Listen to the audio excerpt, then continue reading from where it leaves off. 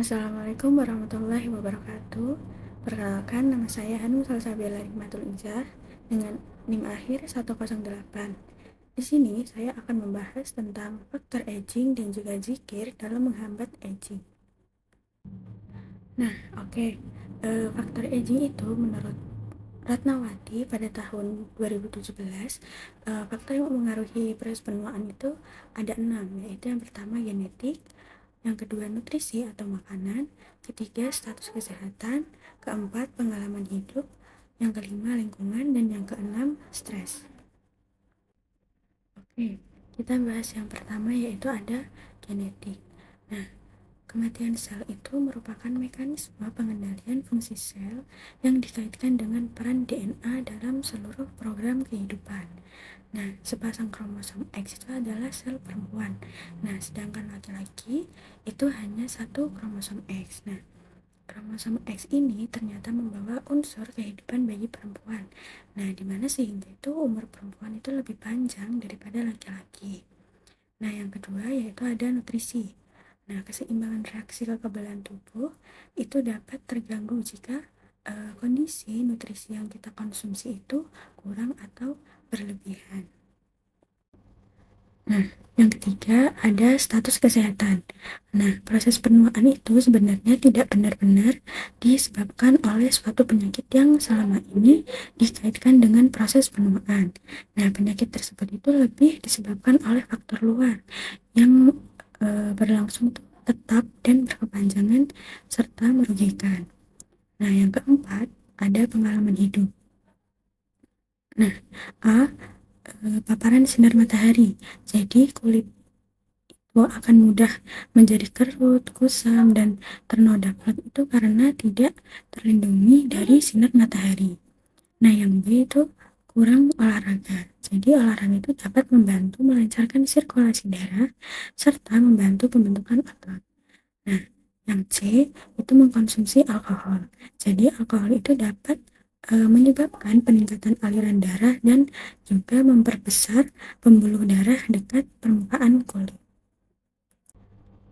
Nah, yang kelima ada lingkungan. Secara biologis, penuaan itu berlangsung secara alami. Usia lanjut itu dapat dipertahankan dengan status kesehatan yang terjaga dan adanya lingkungan yang mendukung. Nah, lingkungan yang tidak stabil itu kayak pencahayaan yang kurang atau terlalu terang, kegaduhan, kebisingan, suhu ruangan yang panas atau dingin, depresi, dan ketakutan dapat membuat lansia itu merasa timbul adanya ketidaknyamanan yang dapat mengakibatkan lansia tersebut itu bisa terganggu. Nah, yang terakhir yaitu ada stres. Nah, jadi penuaan itu dapat terpengaruh oleh adanya tekanan hidup sehari-hari dalam pekerjaan, lingkungan rumah, maupun dari masyarakat yang tercermin dalam bentuk gaya hidup lansia. Nah, selanjutnya yaitu zikir dalam menghambat aging. Nah, menurut Al-Ghazali itu pengertian zikir secara bahasa itu mengingat.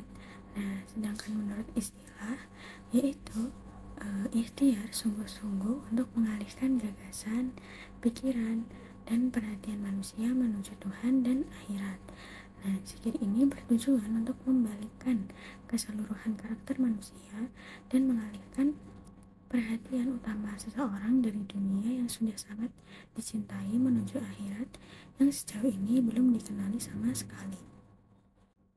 Nah, dijelaskan juga di surat Ar-Ra'd ayat 28 yang artinya itu orang-orang yang beriman dan hati mereka menjadi tentram dengan mengingat Allah. Ingatlah bahwa hanya dengan mengingat Allah hati akan selalu tentram.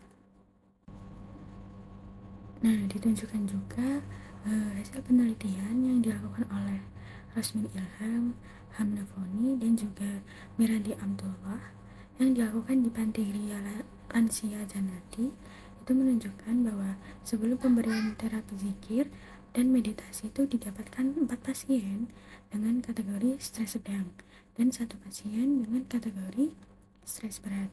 Nah, setelah pemberian terapi zikir dan meditasi itu mendapatkan 4 pasien dengan kategori stres ringan dan 1 pasien dengan kategori stres sedang.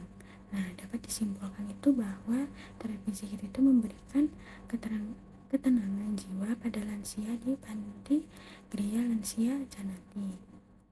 Yang awalnya kondisi kejiwaan lansia di panti Gria Lansia Janati itu mengalami depresi terhadap tekanan kehidupan sehari-hari, mengalami kesepian akibat ditinggal keluarga atau orang yang disayang, gangguan mental emosional belum stabil, serta gangguan kecemasan. Baik, telah selesai pembahasan saya. Terima kasih telah menonton video ini. Wassalamualaikum warahmatullahi wabarakatuh.